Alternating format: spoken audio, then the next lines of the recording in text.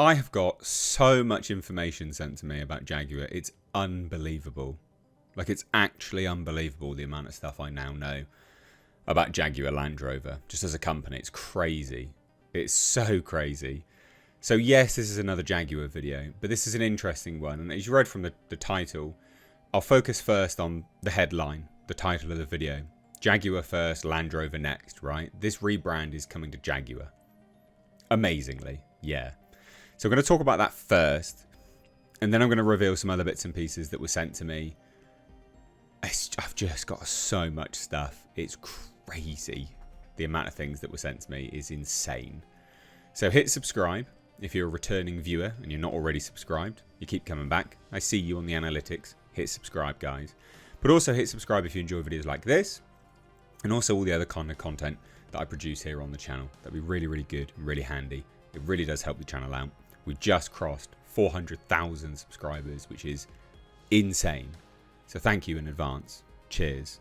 So, I want to talk about how Tata Motors, that's been one of the questions. What's happening to Tata Motors? What's going on? Where are they in all of this? That's been a big question that I've had. It's a question I've personally had and has been posed to me. Tata Motors is the company that owns JLR, Jaguar Land Rover. And now I get some of it revealed to me. This is a conversation with respect to, well, this was some information that was sent to me about how Thierry, the former CEO of Jaguar, essentially got shelved under really weird circumstances. But apparently he's quite a main focus here. He's quite to blame. So I'm going to read some of this stuff out. This was sent to me. I've got to omit a lot of stuff, obviously, for anonymity's sake. But it says here, right? The designer of the current car, by the way, the Type 00, is actually Massimo Fricella. And this individual says, interesting that he didn't hang around for this, but has instead moved to Audi as their chief creative officer. So they're probably next on the chopping block as well in terms of their design language going down the drain. So stay tuned for Audi to fall apart, because the individual that designed the Jaguar concept, he's buggered off now. Massimo Fricella, he's gone. He's gone. All right, he's back at Audi. He's at Audi. So the resignation of Thierry, the chairman of Tata, Natarajan Chandrasekaran, I'm butchering these names, or I'm English, requested that Thierry actually close the Jaguar brand down. Back when Thierry was CEO, because it's never made any money. It's not been making money in about 20 years. Which, if you're looking at actually the recalls, the fires, the car output, I can believe that. I can believe that. Now, I don't know to what extent it's not been making money, but, you know, it's a sub-brand, isn't it, of JLR. That's the umbrella company. It's Jaguar, Land Rover. Maybe Land Rover was what's keeping it afloat. Who knows? So to be clear, Tata wanted the brand shelved. The owners of JLR wanted Jaguar gone. Thierry refused to do this. Chandra made an emergency visit to Gaydon and called a meeting with Thierry. And a few days later, Thierry's gone. He's gone. Done. Gone. Now, this individual also says that there are all sorts of things that go on in JLR that, if were reported, would make a sensational headline. Jerry McGovern, this individual is going to add, has not designed any cars in over a decade. Good times. There are quite a few men that walk around in dresses and wigs. I've heard this a lot. There's been a lot of emails sent to me about the amount of individuals that are walking around in dresses and wigs at JLR. They also do note that JLR was sued by a man in a dress and a wig. So that could be the impetus behind them going full-blown DEI and pride agendas. I don't know. But yeah, interesting. And this individual says, surely there's got to be a level of professionalism. They're constantly having other cultures shoved down their throats, but barely a mention of Remembrance Sunday. Zero nod to the patron saints of any UK country, as this may cause offence, which is that's been corroborated by many people. It's a diabolical situation, and none of the JLR workers feel that they can freely raise their concerns. The team responsible for the rebranding of Jaguar are now in the motion of rebranding Range Rover and the Defender, which was a brand new thing which they launched not that long ago. So if you search for Ramandeep Gill, I think, in Google, you will find her to be the Director of Brand Development. No experience in the role, quite the opposite. She came from the Site Services Department, so no wonder JLR is suffering. So, first Jaguar. Interesting that Jaguar was set to be destroyed. Just didn't happen though, randomly. And now it's going off to Land Rover. So fun times, guys. Fun times. Really, really fun times. There's a little bit more now as well, just to add. I'm going to get some of these other things up. There's so much stuff I've got. It's crazy. So, another colleague emailed me.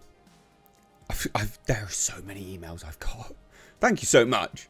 But another colleague of JLR emailed me and says that wherever the individual is in the company that sent me all the other information, they were apparently surprised by some of the comments. Because this person, this is to be balanced, by the way, this person's off-site. So they're not in the offices. So they haven't seen a lot of this stuff because they're off-site. They don't notice the drive to DEI quite as sharply, but to confirm, so this is even off-site, but this is still to balance it out. It certainly is there, especially with the need of senior management. Check this out. Senior management to announce their pronouns and what they are wearing in all visually presented reviews. I am, insert name here, I'm a he, him, and I'm wearing, you get the picture. What are we doing? This is a clown show. Now this is interesting. This is more about that Thierry guy. The one thing that the previous individual may have glossed over too lightly is the contribution to the current predicament by Thierry Bolloré, or Bolloré. I'm butchering these names. I'm English. His favourite boat, a Boston whaler. The relevance of that will appear through blah, blah, blah. Removed from Renault in 2019. There were some disturbing allegations made by Le Monde in 2021, and the same outside company, Boston Consulting Group, was introduced to JLR, bringing the same methodology when he arrived here. The final line of Thierry's Wikipedia page is telling. Thierry's exit from JLR, as sudden as his departure from Renault, was slightly different. Well, was for slightly different stated reasons, to spend more time with his family. Risible, when next we heard he was still in the UK at a startup electric vehicle company. So it's all just weird stuff going on. The acceleration of politically correct woke internal policies certainly noticeable, even from remote locations. Truly worrying appointments weren't Thierry or even Adrian Mardell. It was a character named Santino Pietrasanti. Strangely, where he was at Boston University, blah, blah, blah, and Rawdon Glover. So that individual involved as well. So there's a lot of stuff going on. This individual also mentions the men in, the trans colleagues, basically. It says, in respect to the trans colleagues, there have been a staff member transition many years ago. Whilst very masculine, he was always, as far as this individual knows, treated well. The person in a short dress you referred to did appear. I saw him and was highly surprised. To my knowledge, there was a third character who may or may not have been male at birth. No one knows because they're quite tall and elegant and look like a woman, basically. But a little bit masculine. So it's pretty crazy, to be honest. All of this is pretty crazy. But they note here about the transitioning member who actually sued JLR and won substantial damages. So this individual speculates that is why they've gone full-blown woke. Who knows? Who knows? But it is interesting. And then we have, which is just comical as hell, this is JLR's website. Driving equity and belonging at JLR. Jaguar Land Rover DEI. It's a whole page to do with DEI. What the fuck is going on? We know when people hear the words DEI, there will be many different interpretations. The words are often misunderstood and used interchangeably. At JLR, we hold our own shared definition of DE and I. Alright, well what are they then? Because I just here didn't earn it. But okay, let's have a look. Diversity is all about the differences and uniqueness that each of us brings. It includes the things you can't see as well as the things you can. We're all different. We're all unique. But only if you approve it, I guess. God damn. Equality and equity. When we treat everyone equally, we treat everyone the same. But when we treat everyone equitably, we focus on individual needs. That is just business-sanctioned sexism and racism. It's just business-sanctioned bigotry. In a diverse workplace, people require support in different ways. Equity asks us to recognise that. Everyone has different needs, experiences and opportunities. Amazing. Great. Cool. Inclusion. What's this? It's possible to have diversity without inclusion, but without inclusion, diversity is pointless. Inclusion is about leveraging the power of differences and uniqueness that each of our people bring. It requires us to actively create a culture of unity where people are valued and their authentic selves, where diverse perspectives are sought and listened to, and where everyone is treated with respect. Unless you don't approve of their narrative, I guess. We know that creating a diverse and inclusive organisation where everyone's voice is heard and we value every individual for their unique perspectives will create a genuine sense of inclusion and belonging. And then we've got this, look. 3.7 trillion LGBTQ buying power globally. So they're really focused on this. They are insanely focused on it. That is a weird thing to focus on. Or, I'll check this. 85% of car buying decisions are influenced by women. Right, oh okay.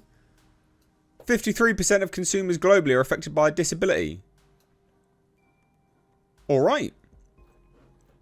Claire Parker, head of DEI. Why do you have someone the head of DEI? What are you doing? It's completely pointless. We're committed to fostering a diverse, inclusive and unified culture representative of our customers and the society in which we live. A culture where every one of our employees can bring their authentic self to work and feel empowered to reach their full potential. Yeah, unless you disagree with it all. Then there's some of this kind of stuff. DEI strategies, etc, etc, etc. All this kind of nonsense. Menopause support? What? How many people are going through the menopause at JLR? Okay, sure, fine. Oh, they've got DEI reports, have they? What's this? It's a whole review. Diversity, equity and inclusion review. Look at this nonsense that they're wasting money on. It's insane. The main objective of the review is to understand and evaluate DEI and progress in the last 12 months across the employee lifecycle. Great, amazing. What's this? Based on HR system data, so they've got the representation of men and women. Okay, at JLR. Interesting. They've got a breakdown. Don't know why. Like, what relevance is it? Religious backgrounds. Amazing. What's the relevance of it? Oh, what's this? How many people are trans, I guess? Like, what is this? Why? Why are you doing this? Why are you so focused on this nonsense? So that 1.4% of people are trans in JLR. Why does it matter? So you got the ethnicity breakdown. 78.5% are white. I bet they hate that. I bet they absolutely hate that. Why? Well, it's going to be majority white people because it's in the bloody UK, for God's sake. This is all just on JLR's website. This is coming to Land Rover. They're absolutely going to nuke that brand as well. Perceptions of JLR as an inclusive employer. Isn't that interesting? I would recommend JLR as an inclusive employer by ethnicity grouped. White people, +2. Huh. Interesting. Infrastructure for DEI has matured with dedicated budget resources and strategic commitment. Why are you investing in this? What a complete waste of time and money. Absolute madness. I mean, I could do like just video after video on this kind of crap from Jaguar Land Rover. It's genuinely insane. It's genuinely insane. Madness. Madness. I got another one here. Another email. This individual's recently been watching my videos. Apparently I've hit the nail on the head. All the fellow employees at ground floor level couldn't agree more. I can tell you some alarming stories of things that they've witnessed. This is all to do with the unions at JLR. The unions are on JLR's side. You pay the unions to protect you, but they're on JLR's side. Amazing. Our on-site union are mostly employed by the company. And I know people who've personally seen situations where a shop floor colleague has approached them with disputes involving management. In one instance, a union rep misunderstood the situation, mistaking the colleague for the manager, and asked them how they'd like the union to address the issue with the employee. Oh, is that the job for the union, is it? Just be like, oh, manager, can you tell us how you want us to address it? Most people who work for JLR would confirm corruption within the company, allegedly, and how the unions seem to almost always side with the company. Reporting your problems to HR is no better. They're selective about how they answer your questions and almost always will go out their way to protect management. The company have no problem making you work out of process when it suits them and it gets their targets out the door, but would discipline you if you working out of process resulted in causing a quality concern or an injury. This individual asked to go to the toilet. They're on the line, on the assembly line. They asked to go to the toilet. They had to wait 40 minutes. And they still didn't actually get relieved, right? So they just walked off and relieved themselves. And then they got verbally disciplined. I mean, this is just insane. It's just pathetic. Apparently, safety is not taken seriously. It's more of a tick box exercise.